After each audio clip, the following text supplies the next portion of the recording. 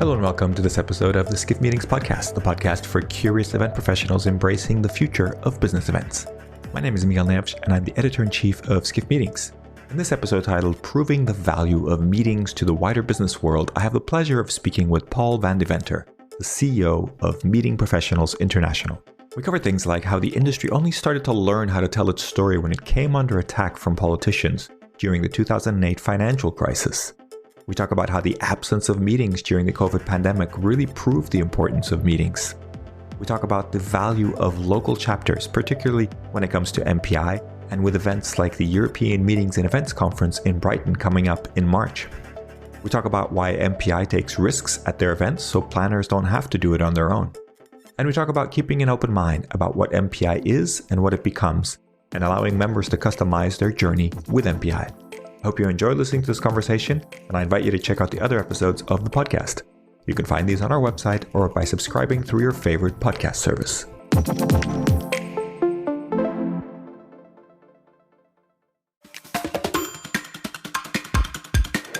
Hello, everybody. Welcome. I am delighted to be joined this week on the podcast by Paul Van Deventer, the CEO of MPI. Paul, it's really great to see you and have you on the podcast with us this week.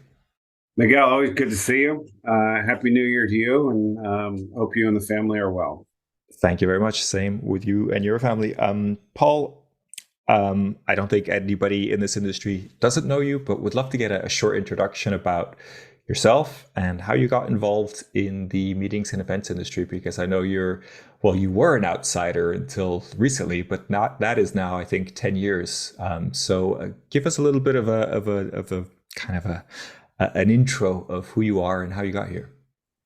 Well, I've been very fortunate in my career to have some really fulfilling, exciting opportunities, and spent a good portion of my life in the corporate world, a majority of which was working with American Express for well over 20 years. And then I had some stops in the software industry, as well as with healthcare, ending up with a startup company that we sold to Walgreens. Every one of those stops, I learned something, found interesting, and as a lifelong learner, really always have been seeking opportunities where I'm going to grow personally and professionally in them. And as the opportunity with Walgreens was winding down after we finished our integration, I received a call from a recruiter about the opportunity to lead MPI. And I really had no familiarity with MPI. I had done a little bit of business within business events during my days. I had 10 plus years in leading corporate travel within American Express. So we had some affiliation with business events, but it was not a primary focus for us at all. So I wasn't that familiar with the industry, but I did know a lot of people in it because of the parallel universe I moved in. So I called up a number of my former colleagues and friends and asked about MPI, and I kept hearing a consistent refrain around this incredibly strong community, a group of leaders and volunteers and event professionals who were passionate about MPI, but that MPI had seemed to, quote unquote, lost its way over recent years, that it had lost a little bit of its direction. And but consistently I'd hear this was our career home, and so much of what I owe today to my career, I owe to MPI.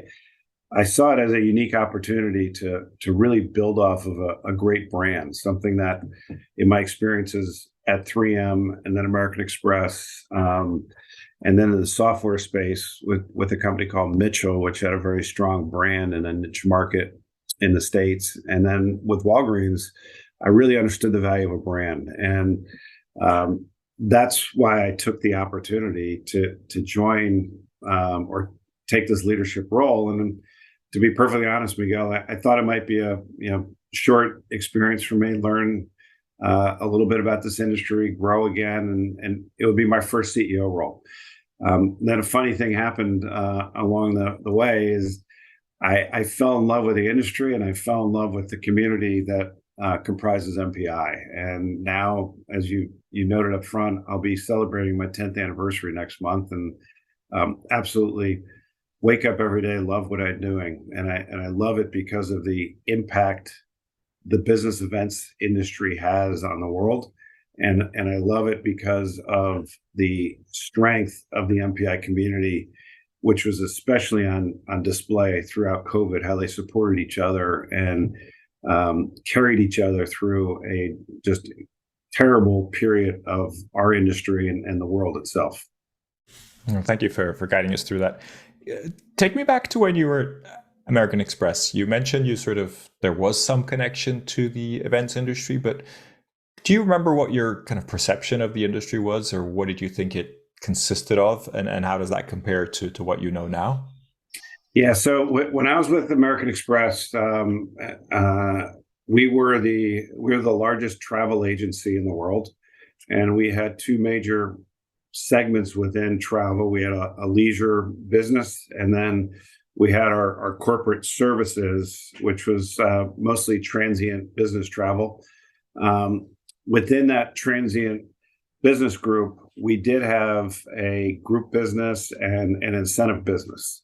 And within our overall, if you look at American Express as an entire entity, the travel portion, while it was the largest travel agency in the world, was a small percent of American Express's overall revenues. And then within the two travel groups, then you split it in half, and then within the corporate travel, business events and meetings were a very small percent. So it was not an influential or an impactful part of American Express overall. But where it was impactful is we had certain customers who like to consolidate their business with their preferred providers. So we had some big corporate customers that we were doing their corporate business card with, their purchasing card with, and their corporate travel, and they'd say, as long as you're doing all of this, we would like you to also do our events and internal incentives. So there are some of my big clients that, with the teams I led, had a business events aspect to it and an incentive aspect to it. To be perfectly honest, it's not something that we were very good at. And so I would often have a hesitancy, or my team would have a hesitancy when a client would ask us to do it, and we would tend to recommend they use one of our partners or competitors who are very strong in that particular niche, because we didn't want to put the bigger business at risk. So while I was familiar with it, had clients doing it, my team would lead some efforts around it. It was not what you would call a core business, and it was one, and actually, in some ways, we would prefer to defer than to take on and embrace and actually go out and try to win. Fascinating how that perception hopefully has changed, right? And kind of everything you see. And that was part of that eye-opening that I had when I got into MPI and directly joined the business events industry. Was what an amazing industry, what a creative industry, what an impactful industry. And it's never too late to learn something. And here I learned what I've been missing all those years when I was trying to defer that business as opposed to embracing it. Absolutely. And so I remember you telling me about not your first day on the job, but one of your first days on the job was actually at EMEC in Frankfurt, I believe, and kind of the size and the scope of the show kind of hitting you a little bit by surprise. Could you kind of take us through that? Yeah, so I was fairly new on the job within about a month when I joined, and everyone talked about this major trade show in our industry called EMEC Frankfurt, and that EMEC not only was a great trade show, but they were an important partner of MPI. So I planned to go over with several members of the team. I had some travel challenges, shall we say, getting there. So I ended up traveling alone, wasn't able to connect with the team on the way over, and arrived a day later than everyone else. So I'm on my own. I left the hotel. So I remember arriving at the messe, and as I got closer to the show floor, hearing a loud buzz and an energy coming through the doors of the trade show floor, and then I walked into the doors and was overwhelmed with the scope and scale of the show. Not just the fact it was a big trade show, because I had been to many big trade shows, but it was the creativity, the representation of the cultures at the different booths, and the energy of business getting done on that floor. I had never been to a trade show where you had seen so much actual business being conducted right there, contracts being signed. People came with the intent to do business, and it was getting done, and it blew me away. And then I went through 3 days there, one day after another, and get more and more immersed into it. And that's really when I began to understand the uniqueness of this industry and the creativity. And then it all culminated with, I stayed till the very last minute on the last day, and they're closing the floor, and I start to walk out the doors, and there, as you were exiting, were Ray and Karina shaking everyone's hand as they left the show floor and thanking them for being there. And that just really built on the sense of, this isn't just an industry, it's a family, it's a community. And they knew everybody by name, everyone knew them, everyone was, hugging and saying, see you soon. And it really was just a very impactful moment for me. And probably where a month into the job, I began to say, this is something bigger than I ever expected. So tell me a little bit. You've been leading MPI it's coming up to 10 years now. That's quite a mark. I think that's one of the longest CEO roles at MPI, if I'm not mistaken. I don't know the full history there, but would love to kind of just get your overview of, first of all, if you explain what MPI is to anybody who's not familiar with, and if you could take us through how it's developed since you started. Sure. 10 years is it's a long run.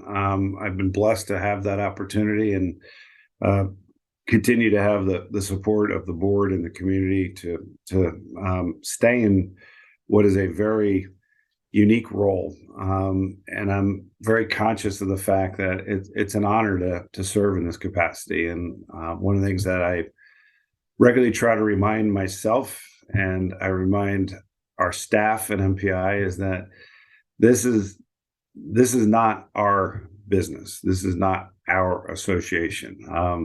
We're here in a capacity to support the community whose association it is. And we are fortunate enough to be stewards for a period of time of this powerful community and help it move forward. It's been an incredible experience for me to see MPI grow and expand, and what MPI stands for. So for those who aren't familiar, it's Meeting Professionals International. We are a professional association, which is different than a trade association. Professional associations represent and support individuals. Trade associations represent companies and or industries. So within our overall charter, our primary focus is the professional development and growth of individuals who work within the business events industry. The business events industry is, as I've learned, one of the largest industries in the world, but really has not done a good job over the past of positioning itself as such or building awareness of it. It's a industry that has a global economic impact well north of $1 trillion annually. It directly employs 25 million plus people directly.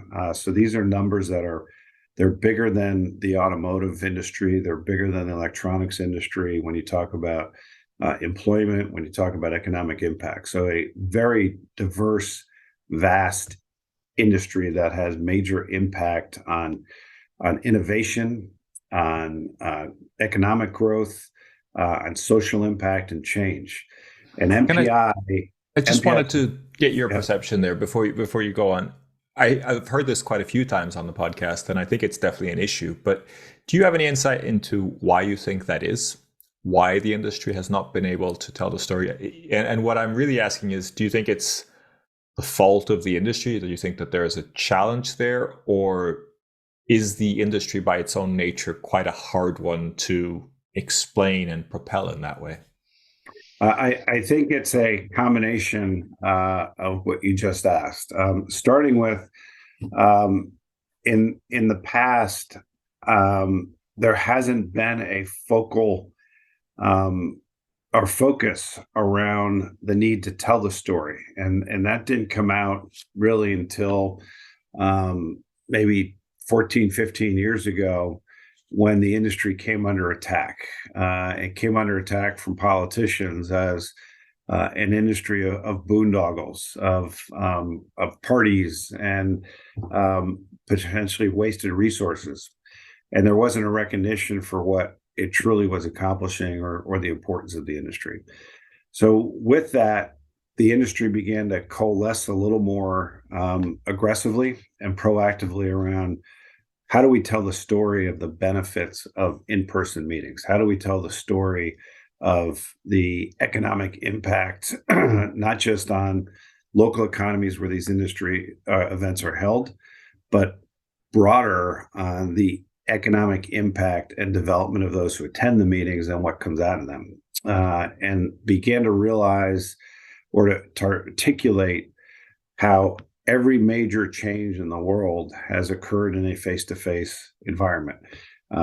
Even the efforts of those politicians 15 years ago to curtail face-to-face meetings had to occur in face-to-face discussions in parliamentary buildings around the world, as they were trying to cut back on meetings. So part of it was our industry may have never seen the need and hadn't made the effort. And part is, people they were attending meetings, they weren't thinking of it as a business event or a unique industry hosting the event. I attended a big trade show, which I would then see as, I went to something around my industry. I went to a manufacturing trade show, or a printing trade show, or a food trade show. So I saw that as part of that industry, not that the trade show itself is an industry. I went to an educational conference. I went to a sales conference. I went to a customer event. Always saw the individual attending sees those as related to the direct business that they were attending the event for, not as the event itself was an industry. So we really had to start to change that dynamic and begin to tell that story better. And there's still a long ways to go, but you look at some of these grassroots efforts like Global Meetings Industry Day coming up in March, that have flourished over the last 10 years and begun to tell the ancillary partners, the educators, the politicians, the investors in this industry, the importance of it. And frankly, while COVID was a horrible period for the world, and we went through a lot of tragedy, our industry optically had an opportunity out of it, which was the absence of meetings proved unto itself the importance of meetings. By not being able to conduct business in person, by not being able to bring organizations together, by not being able to attend trade shows, companies and governments realized what they had been missing, and the critical nature of getting together in person, and how that has so many benefits. So in some ways, coming out of the pandemic, our industry has done, COVID's done for industry a lot of what we've been trying to do the prior 10 years, which is to tell the story.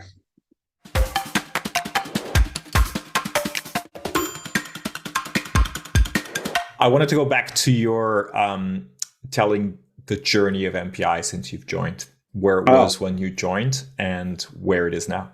Okay. So when I came on board MPI, I think I mentioned earlier on that I talked to a lot of people about MPI, trying to learn about it, and I was hearing a consistent theme around the strength of the community, the powerful history, but that it had lost its way a little bit. And that really, when I came in and really started to dig into the business side of it, there were some challenges. MPI in some ways had lost its focus a little bit. There was a part of the core value of MPI is its community, and its community was built around a chapter network around the world. And there seemed to be a separation between the chapters and each other, and the chapters and the global entity. And there was also, as a professional development organization, we had lost in some ways our focus on what we were, which was a professional development organization. We seem to be thinking of ourselves as a meeting planning company or planning organization, when in fact we are the organization that helps develop the meeting planners, the meeting designers. So we regrouped around developing a very refreshed and tighter mission and vision. We developed a comprehensive but targeted strategic plan to get us back on track. And that was all built around understanding what we were here for. We were here to grow and develop those professionals in our industry, and to bring awareness to the value of this industry and to advocate for it while doing that. And to do all that by strengthening the community value of MPI, ensuring that our community is cohesive, that the MPI brand and experience, no matter where you were associated with it, would be consistent and at a high quality level. So if you attended a chapter event in one region of the world or another, you would have an expectation of what you're going to get there. If you came to a event hosted by MPI Global, you had the same expectation of quality and delivery. And that quality and delivery was around professional development, educational value and content, networking opportunities, and business opportunities, all associated with our industry. Absolutely. So it sounds like you're trying to get the best of both worlds, right? The large global organization, but also the chapter grassroots level, and bringing that together in the best possible way. If I look at some of the great brands in the world, what I think they do very well is have an understanding of what their core promise is. And then they ensure wherever they appear, and whether it's a local affiliate of their organization or within a partner that is doing business with that organization, that wherever you go, you will know you're associated with that brand and the quality of that brand. But the experience has a localized feel to it too, that you understand that where the brand is coming to life that day, I'm going to get this level of quality, this level of service delivery, but I'm going to understand that I'm in a different region today. I'm in a different country today. I'm in a different environment. We want to do that with our chapters, enable them to be consistently or deliver consistent quality in their execution of interactions with the community, their networking opportunities, their training and their development, but always be able to bring in what is a local need or a localized strategy and a local quality. And that's, I think, also a blessing in this community, that I can be part of this community and welcomed anywhere in the world there's a chapter or a event going on, and really get the benefit of then immersing into a micro community that's wherever that event's being held.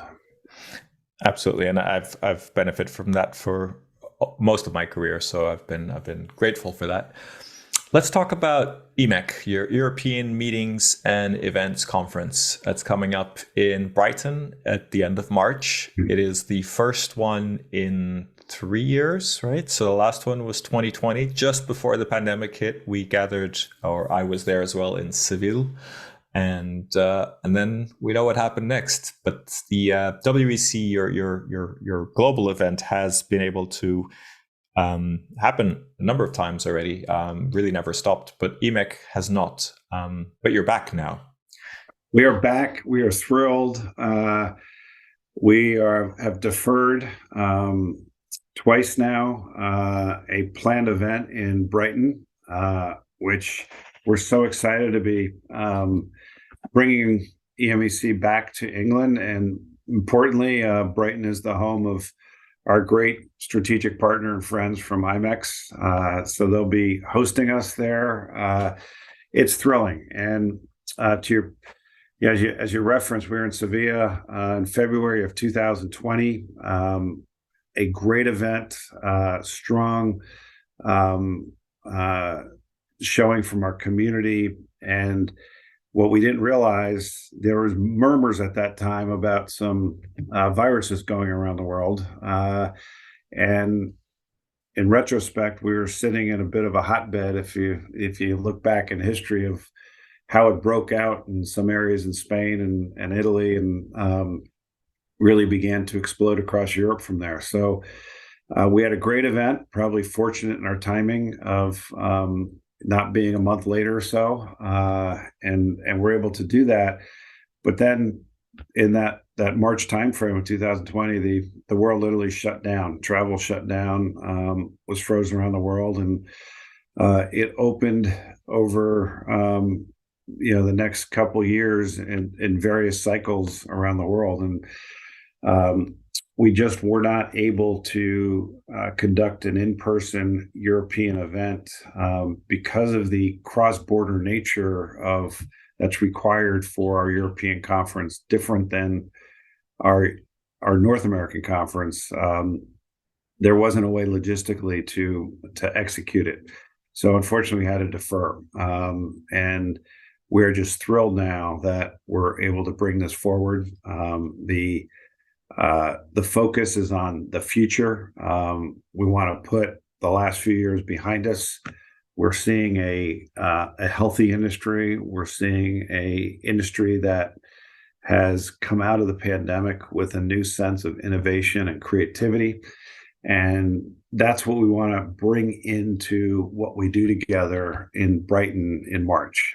Talk about the future of our industry, talk about how to design and bring to life events differently in a new environment, and how to leverage some of this equity we built over the last few years of organizations and governments understanding the value of face-to-face and the need and return on investing in face-to-face meetings. Great stuff. Looking forward to the event. Is there anything in particular about this event that you see is very different from previous EMECs? I know we're always talking about future and then kind of how to do things differently. Well, one of the things we began to do a couple of years before the pandemic shut down EMEC is really pulled MPI Global out of the design and execution and turned it more over as a localized event. And we are really building off of that in a significant way when we come to Brighton. And what I mean by that is we're in The Hague the year before Sevilla, and that was completely developed and put forth by our Dutch chapter. In Sevilla, the majority of the event was designed and executed by a local designer, and the host committee, made up mostly of people from the Iberian chapter, put on the event. And we're now taking that even further, where our global team is very hands-off from the design and the theming of EMEC, and letting the execution occur in a localized way so that it is for our European community. This is critical to bring our European community together, especially now after a 3-year absence. And we want an event that feels that they have a sense of ownership to it. And that it really resonates with what's happening within the European community in the marketplace. We'll have a maybe 10-15% of attendees that come from other regions, but the majority of our attendees are from Europe. So we want to make sure the event is designed by them and for them and delivered by them. And then they can really have a sense of pride in that ownership of it.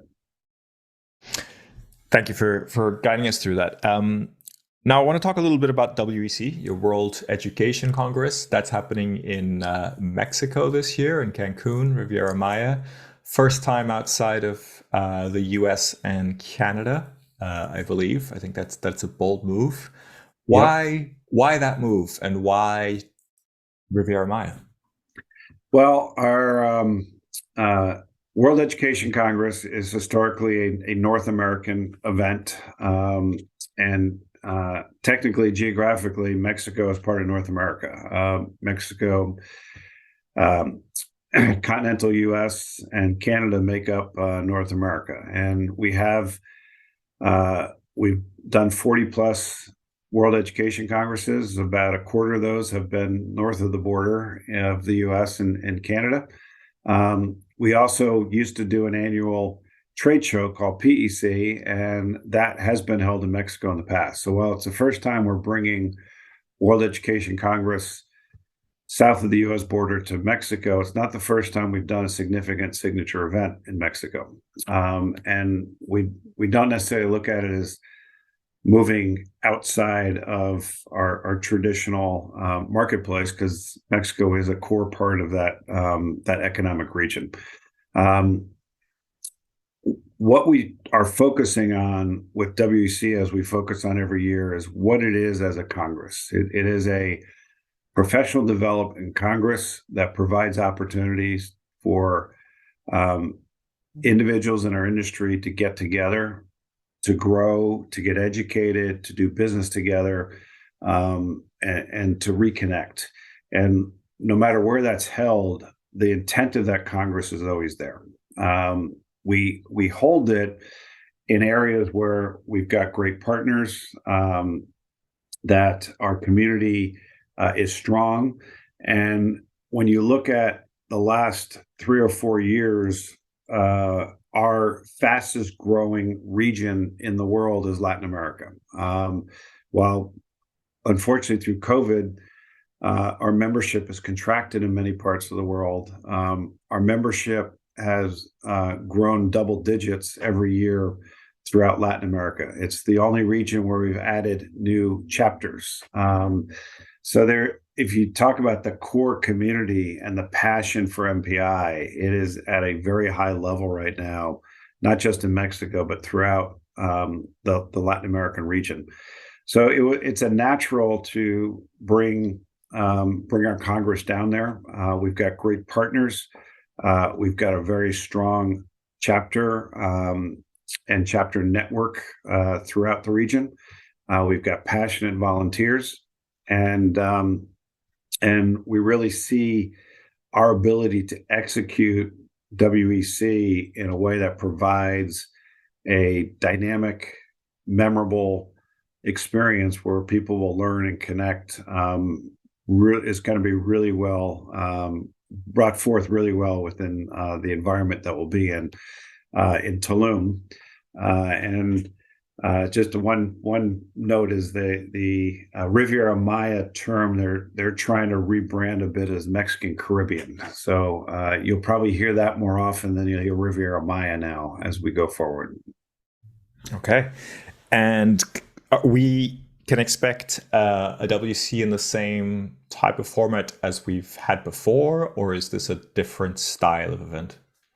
Well, when you say WC in a type of forum we've seen before, I would challenge that in one way, in that we're always trying to bring new ideas to bear within the conference. And we try to break the mold a little bit every year in how we design and execute WEC. And while at the end of the day, when you're moving 2,000 or 3,000 people around, there's some core things that need to be in place. The core structure of an event that scale will always remain. but how you design the actual show, how you design the flow, how you deliver the content will vary and change every year. One of the things we like to say is we'll take some risks so that planners may not have to on their own. We'll try some things that may fail. We'll do things differently that you may or may not like as a planner as you watch how it's designed and is executed. But hopefully everyone can learn from what we do. And we're doing some very creative things in how our sessions work this year and how the breakouts work. And we're also, like we do everywhere we go, whether we are in Louisville next year, whether we're in San Francisco the prior year, and Canada before that, everywhere we go, we try to bring the local culture and to really leverage the unique venues and facilities that are available. We'll be doing the same here in Mexico. And part of that culture is just a different pace. And that's going to affect the design of the flow of the day. Our general sessions are going to be a little punchier and shorter, but maybe more frequent. There will be some pauses in the afternoon for more individual experiences as opposed to big group events going on. So we're really trying to look at it of how can we leverage this beautiful location with amazing venues and facilities that we'll be at, while always delivering on that top line professional development and growth, networking opportunities, business opportunities. Sounds very appealing. Looking forward to participating if I can. That is in the plans, but not necessarily confirmed just yet. Well, hope you're there. You're always a key part of it. I love it. Wanted to wrap up by just getting your vision for MPI for the future. We hear a lot about future generations and the potential that associations may not be as relevant, or professional associations. Or what's your view on that, and what are you doing, or how are you preparing MPI for the future? Well, we just celebrated our 50th anniversary in 2022, and it's an important milestone, but it's not the end game. What I said throughout COVID and through our celebration last year is that while we've been around for 50 years, we have an obligation to ensure MPI can be here for the next 50, to do what it's done for so many in the past, to help be that career home for individuals, to help be the voice of this industry. And so we built a new strategy and a mission. We refined our mission. We built a new strategy to look to the future, to where MPI can continue to be a bedrock of this industry and a support for the professionals that bring this industry to life. But one of the big changes we're making is in recognition, to your point, that people may not look at associations or membership the same way they have in the past. And we're building a focus around more around the general community as opposed to individual memberships. And looking at how professionals and individuals want to interact within that community and how the community supports each other. Membership may become a component of that interaction and may become a component of the experience of being part of the MPI community, but it's no longer going to be the end all and be all of, if you're not a member, you're not part of MPI. There's new generations, new professionals in this industry that will look to a group like MPI for those connections. They'll look to us for their professional growth. They'll look to us for general resourcing. They may not become a member today or tomorrow. They may not become a member ever. But what we want them to be is active in this community and to look to MPI and those colleagues and friends in MPI as their family. And that's how I believe we're going to be around for another 50 years, that we build off of the strength of this MPI family, the MPI community, and let that community, as I said earlier, this is the community's association. Let that recognition be at the forefront. and let them deliver for each other what is fulfilling and ensure that they're getting value by getting together, connecting, and doing business with each other. Sounds like a very open-ended approach and kind of open to different approaches, right, within that. So it's not necessarily a one-size-fits-all. That's exactly right. And that's one of the things we're very focused on and cognizant of is while MPI is a strong brand unto itself, we want to make sure we're not a homogenous organization, that we're allowing a platform for everyone to engage on and engage in, and that you can customize your journey with MPI. So we're ensuring we create opportunities for sub-communities to develop within that bigger community. That, you know, if I want an experience that is focused around myself as a event designer in a particular field, I want the opportunity to also interact with others who might work in different fields or industries, or interact with people who may look like me or look different than me, and may have different focuses outside of our industry. So we're looking at how you can create a number of organic communities that nurture themselves, curate themselves, and allow you as an individual to pick which one of those communities you want to associate with within this broader MPI umbrella. We're well down that path of working with partners and alliances to get them engaged on our platform. We're well down the path of launching our communities and our community networks.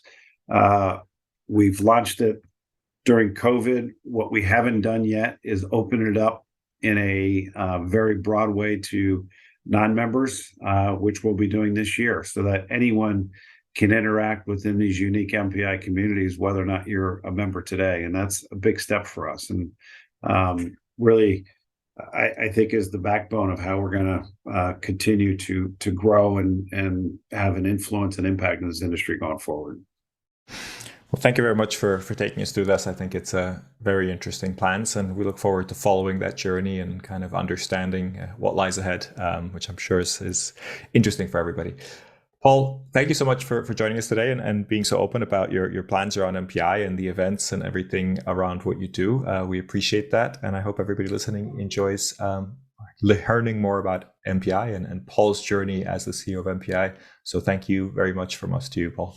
Always enjoy chatting, Miguel. Thank you. And really look forward to seeing you in Brighton and hopefully in Tulum as well. And appreciate everything you Skift do for our industry, bringing awareness and advocacy for the industry. And it's always great to chat. Thank you for your time. Take care.